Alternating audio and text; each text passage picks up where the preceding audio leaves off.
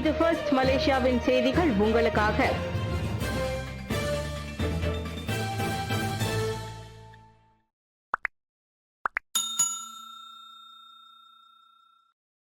அரசாங்க தனியார் துறைகளுக்கான முதன்மை ஒத்துழைப்பு திட்டத்தை செயல்படுத்த கண்டிப்பான நிர்வாக முறை. 2030ஆம் ஆண்டிற்கான பொது தனியார் ஒத்துழைப்பு திட்டத்தின் கீழ் அதன் அமலாக்கத்தை செயல்படுத்துவதில் கண்டிப்பான நிர்வாக முறை கடைபிடிக்கப்பட வேண்டும் என்று பிரதமர் டாக்டர் ஸ்ரீ அன்வார் இப்ராஹிம் வலியுறுத்தினார். மேலும் இத்திட்டத்தின் வெற்றியை உறுதி செய்வதில் முதன்மை அம்சமாக இருக்கும் நல்லாட்சியின் கொள்கைகளுக்கு இணங்காத தரப்பினர் மீது மடானி அரசாங்கம் ஒருபோதும் சமரசம் கொள்ளாது என்றும் அவர் திட்டவட்டமாக கூறினார். அரசாங்கம் மற்றும் தனியார் துறைகளுக்கு இடையிலான கூட்டு முயற்சிகளை செயல்படுத்துவதில் வெளிப்படைத்தன்மை, நம்பகத்தன்மை, ஒருமைப்பாடு ஆகியவற்றை உறுதிப்படுத்த ஒவ்வொரு திட்டத்திலும் வலுவான நிர்வாக கோட்பாடுகள் பயன்படுத்தப்பட வேண்டும் என்று டாக்டர் ஸ்ரீ அன்வார் கூறினார். இதனிடையே சம்பந்தப்பட்ட நிறுவனங்களில் உள்ள ஊழியர்களின் நலனை கருத்தில் கொண்டே இத்திட்டம் வலியுறுத்தப்பட்டுள்ளதையும் அன்வார் சுட்டிக்காட்டினார். எனவே வீடு, கல்வி, சுகாதாரம் உள்ளிட்ட குடும்ப தேவைகளின் அடிப்படையில் தொழிலாளர்களின் ஊதியம் பரிசீலிக்கப்பட வேண்டும் என்றும் அவர் கேட்டுக்கொண்டார். சுங்கத்துறையின் அதிரடி சோதனையில் 15 லட்சம் ரிங்கிட் மதிப்புடைய பொருட்கள் பறிமுதல். மலாக்கா தெங்கா அருகில் உள்ள தஞ்சோங் மின்யாங் பெடானா தொழில்துறை பகுதியில் வணிக வளாகத்தில் பஹாங் மாநில அரசு மலேசிய சுங்கத்துறை மேற்கொண்ட அதிரடி சோதனை நடவடிக்கையில் பல்வேறு முத்திரைகளிலான மற்றும் வரி செலுத்தப்படாத சிகரெட்டுகள், லோரி உள்ளிட்ட 15 லட்சம் ரிங்கிட் மதிப்புடைய பொருட்கள் பறிமுதல் செய்யப்பட்டன. உளவு நடவடிக்கையின் வழி கிடைத்த தகவலின் அடிப்படையில் கடந்த ஆகஸ்ட் 27ஆம் தேதி ஸ்டேஷன் பென்தோங்கை சேர்ந்த JKDM அமலாக்க தரப்பினர் அச்சோதனையை மேற்கொண்டதாக பஹாங் மாநில சுங்கத்துறை இயக்குனர் முகமது அஸ்ரி சமான் தெரிவித்தார். வரி உட்பட 3 டன் லாரி மற்றும் சிகரெட்டுகளை உள்ளடக்கிய பறிமுதல் செய்யப்பட்ட மொத்த பொருட்களின் மதிப்பு 15,19,104 ரிங்கிட் ஆகும். சம்பந்தப்பட்ட சிகரெட் பல்வேறு வெளிநாடுகளில் இருந்து கடத்தி கொண்டு வரப்பட்டது.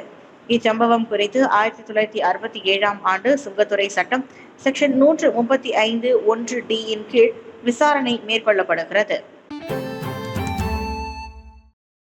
ஹலால் சான்றிதழ் விஷயத்தில் அரசாங்கத்தின் நிலைப்பாடு என்ன? பிரதமருக்கு டாக்டர் ராமசாமி கேள்வி. ஹலால் சான்றிதழ் சர்ச்சையில் PH தலைமையிலான ஒற்றுமை அரசாங்கத்தின் நிலைப்பாடு என்ன என்பது குறித்து பிரதமர் தெளிவுபடுத்த வேண்டும். செபூத்தே நாடாளுமன்ற உறுப்பினர் தெரேசா கோக்கின் அறிக்கை PH-இன் நிலைப்பாடு அல்ல என்றால் அரசாங்கத்தின் நிலைப்பாட்டை டாக்டர் ஸ்ரீ அன்வார் இப்ராஹிம் தெரிவிக்க வேண்டும். உரிமை கட்சியின் இடைக்கால தலைவர் பேராசிரியர் டாக்டர் பி ராமசாமி அவ்வாறு வலியுறுத்தியுள்ளார். தம்மை பொறுத்தவரை தெரேசாவின் அறிக்கையில் எந்த தவறும் இல்லை. ஒரு நாடாளுமன்ற உறுப்பினர் என்ற வகையில் தன் கருத்தை வெளியிட்டுள்ளார். பன்றி இறைச்சியையும் மதுபானமும் பரிமாறாத முஸ்லிம் அல்லாத உணவகங்களுக்கு ஹலால் சான்றிதழை கட்டாயமாக்க என்ன அவசியம் வந்தது? ஹலால் சான்றிதழ் இல்லை என்பதற்காக ஒரு உணவகம் சுத்தமாக இல்லை என்றோ ஆரோக்கியமாக இல்லை என்றோ அர்த்தமாகிவிடாது. பார்க்க போனால் வியாபாரத்தில் பெரும் சவாலை எதிர்நோக்கும் சிறு நடுத்தர மலாய்க்காரர்களுக்கே ஹலால் சான்றிதழ் விஷயத்தில் நாம் சுமையை கொடுக்கக்கூடாது. எனவே ஹலால் சான்றிதழை கட்டாயமாக்குவதை விடுத்து அதனை தன்னார்வ முறையில் கொண்டு வருவது வேண்டுமானால் பொருத்தமாக இருக்கும் என முகநூல் பதிவில் ராமசாமி குறிப்பிட்டார். மாணவர்களின் கல்வி சுமை 50 விழுக்காடு குறைந்துள்ளது. இவ்வாண்டு மார்ச் மாதம் கல்வி அமைச்சு மேற்கொண்ட பள்ளி பாடத்திட்டத்தின் தலையீட்டு நடவடிக்கை மூலம் மாணவர்களின் கல்வி சுமை 50 விழுக்காடு குறைந்துள்ளது. அறிவியல், கணிதம் போன்ற முக்கிய பாடங்களின் கற்றல் தரநிலைகள் சிலவற்றையும் அதன் உள்ளடக்கத்தையும் ஒன்றிணைக்கும் மறுசீரமைப்பு மேற்கொள்ளப்பட்டதால் இது சாத்தியமானதாக கல்வி தலைமை இயக்குனர் அஸ்மான் அட்னான் தெரிவித்தார். அதை ஒன்றிணைக்கும் போது பள்ளி பாடத்திட்டம் உட்பட மேலும் சில அம்சங்களில் ஏற்படும் நெருக்கடியை குறைக்க முடிகின்றது. அதோடு சில கற்றல் தரநிலைகளையும் அதன் உள்ளடக்கங்களையும் 2ஆம் ஆண்டிலும் பயன்படுத்தப்படவிருக்கிறோம். அத்திட்டத்தின் மூலம் மாணவர்கள் திறமை அடையும் போது முதற்கட்டமாக நாங்கள் 2ஆம் ஆண்டிற்கு கொண்டு செல்கிறோம். அதாவது நடப்பில் உள்ள பாடத்திட்டத்தில் கற்றல் தரநிலை மற்றும் உள்ளடக்க தரநிலை தொடர்பில் 50 விழுக்காடு குறைக்க முடியும் என்றார் அவர். பள்ளி பாடத்திட்டத்தில் முறையான மேம்பாட்டு செயல்முறைகள் மேற்கொள்ளப்பட்டாலும் தங்கள் பிள்ளைகளின் வயதை கருத்தில் கொண்டு அவர்கள் எதிர்நோக்கும் சிரமம் குறித்து பெற்றோர்கள் வருந்துவதை அஸ்மான் அட்னான் சுட்டிக்காட்டினார். நடப்பு பாடத்திட்டத்தை மேற்கொள்வதில் சிரமங்களை எதிர்நோக்கும் ஆசிரியர்களுக்கு புதிய பாடத்திட்ட சீரமைப்பு ஆவணம் ஒன்றை கல்வி அமைச்சு அறிமுகப்படுத்தி இருப்பதாகவும் அவர் குறிப்பிட்டார். துர்நாற்றம் ஜோஹர் பாருவில் 21 மாணவர்கள் வாந்தியால் பாதிப்பு.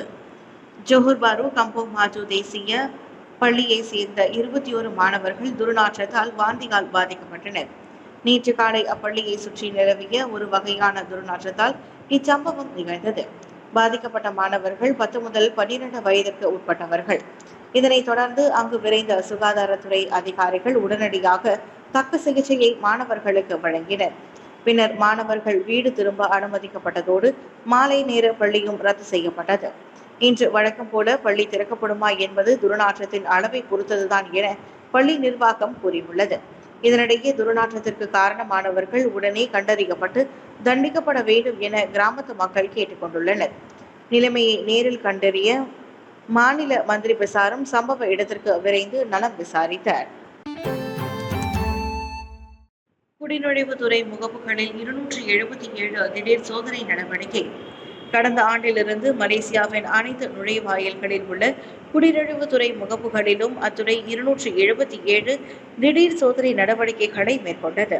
நிர்ணயிக்கப்பட்ட செயல்பாட்டு தர விதிமுறை மற்றும் அனைத்து விதிமுறைகளும் ஒவ்வொரு குடிநுழைவுத்துறை அதிகாரியும் பின்பற்றுவதை உறுதி செய்யும் வகையில் இந்த நடவடிக்கை மேற்கொள்ளப்பட்டதாக குடிநுழைவுத்துறை தலைமை இயக்குநர் டாக்டர் ருஸ்லின் ஜூசோ தெரிவித்தார்.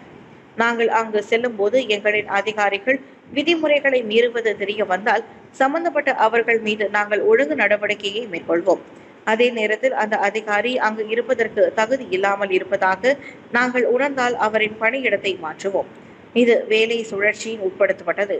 இது போன்ற அதிகாரிகள் அந்த முக்கியமான பகுதிகளில் அதிக நாட்கள் வேலை செய்வதற்கு நாங்கள் அனுமதி அளிக்க மாட்டோம் என்றார் அவர். ஞாயிற்றுக்கிழமை புத்ரஜிகாவில் நடைபெற்ற குடிநுழைவு துறையின் சிறப்பு சோதனை நடவடிக்கை குறித்து செய்தியாளர்களிடம் சந்திப்பில் டாக்டர் ருஸ்லின் அவ்வாறு கூறினார். இயற்கை பேரிடர் ஏற்படும் அபாயத்தில் உள்ள 6000க்கும் மேற்பட்ட பகுதிகள் கண்டறியப்பட்டுள்ளன. இவ்வாண்டு வடகிழக்கு பருவமழை காலகட்டத்தில் நாடு முழுவதும் வெள்ளம், நிலச்சரிவு உட்பட இயற்கை பேரிடர் ஏற்படும் அபாயத்தில் உள்ள 6000க்கும் மேற்பட்ட பகுதிகளை மலேசிய பொது தற்காப்பு படை கண்டறிந்துள்ளது. கடந்த 3 ஆண்டு காலமாக மலேசிய வானிலை ஆய்வுத்துறை, நீர்ப்பாசனம் மற்றும் வடிகால் துறை போன்ற தொழில்நுட்ப துறைகளால் சேகரிக்கப்பட்ட தகவல்கள் அடிப்படையில் அப்பகுதிகள் கண்டறியப்பட்டுள்ள நிலையில் அங்கே கவனம் செலுத்தப்பட வேண்டும் என்று ஏபிஎம் தலைவர் ஆணையர் டாக்டர் அமினுல்மான் முகமது தெரிவித்தார். இயற்கை பேரிடரால் பாதிக்கப்படும் அபாயத்தில் உள்ள மாநிலங்களில் கிளந்தான், பஹாங், தெலங்கானு, பேராக், ஜொஹூர் மற்றும் கெடா ஆகிய மாநிலங்கள் அடங்கும் என்று டாக்டர் முகமது தெரிவித்தார். பொதுவாக அக்டோபர் மாதம் நடைபெறவிருக்கும் கூட்டத்தில் அவ்விவகாரம் குறித்த தகவல்கள் பகிரப்படும். கோத்தாதிங்கியில் அக்டோபர் 10ஆம் தேதி நடைபெறவுள்ள செயற்குழு கூட்டத்திற்கு துணை பிரதமர் தலைமை தாங்குவார் என்று அவர் கூறினார். நேற்று மாச்சாங்கில் நடைபெற்ற கிளந்தான் மாநில ஏபிஎம்மின் சிறந்த ஊழியர்களுக்கான விருதளிப்பு நிகழ்ச்சியில் கலந்து கொண்ட பின்னர் அவர் செய்தியாளர்களிடம் பேசினார்.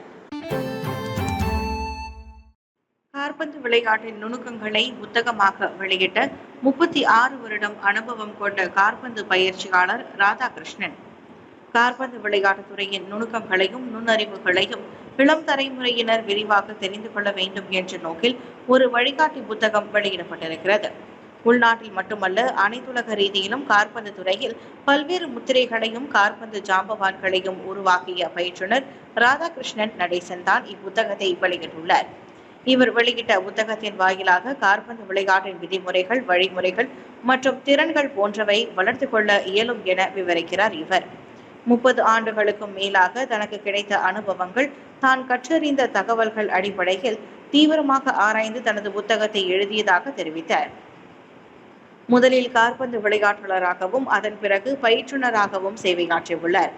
செந்தூல் வாசாரை பூர்வீகமாக கொண்ட இவர் அங்கு மாணவர்கள் வன்முறையில் ஈடுபடுவதை தடுத்து நிறுத்தவே கால்பந்து விளையாட்டை ஒரு ஆயுதமாக பயன்படுத்தியுள்ளார். அதற்காக கடந்த 2000ஆம் ஆண்டு இளையோர் காற்பந்து அகாடமியை தொடங்கியவர் இதுவரை 27,000க்கும் மேற்பட்ட மாணவர்களுக்கு பயிற்சி அளித்துள்ளார். தற்போது அவரின் கீழ் 700 பேர் பயிற்சி பெற்றுக் கொண்டிருக்கின்றனர். காசர்குடாங்கில் 26 மோட்டார் சைக்கிள்கள் தீயில் கருகின. மலேசிய மெரைன் மற்றும் ஹெவி என்ஜினியரிங் ஹோல்டிங்ஸ் நிறுவனத்தில் நேற்று ஏற்பட்ட தீ விபத்தில் சுமார் 26 மோட்டார் சைக்கிள்கள் தீயில் கருகி நாசமாகின. இந்த சம்பவம் அந்த நிறுவனத்தின் மோட்டார் சைக்கிள் நிறுத்தும் இடத்தில் நடந்ததாக தீயணைப்பு நிலையத்தின் துணைத் தலைவர் சர்ஹான் அக்மால் தெரிவித்தார். தீப்பற்றிய நிறுவனத்தின் அவசர கால பணிக்குழு உடனடியாக 200 அடி நீர் குழாய்கள் மற்றும் 13 தீயை அணைக்கும் உலர் துளை பயன்படுத்தி தீயை அணைத்ததாக அவர் கூறினார். தீ விபத்து நடந்த இடத்தை உன்னிப்பாக கவனித்து ஆய்வு செய்து வரும் நிலையில் தீக்கான காரணம் குறித்து விசாரிக்கப்பட்டு வருகிறது.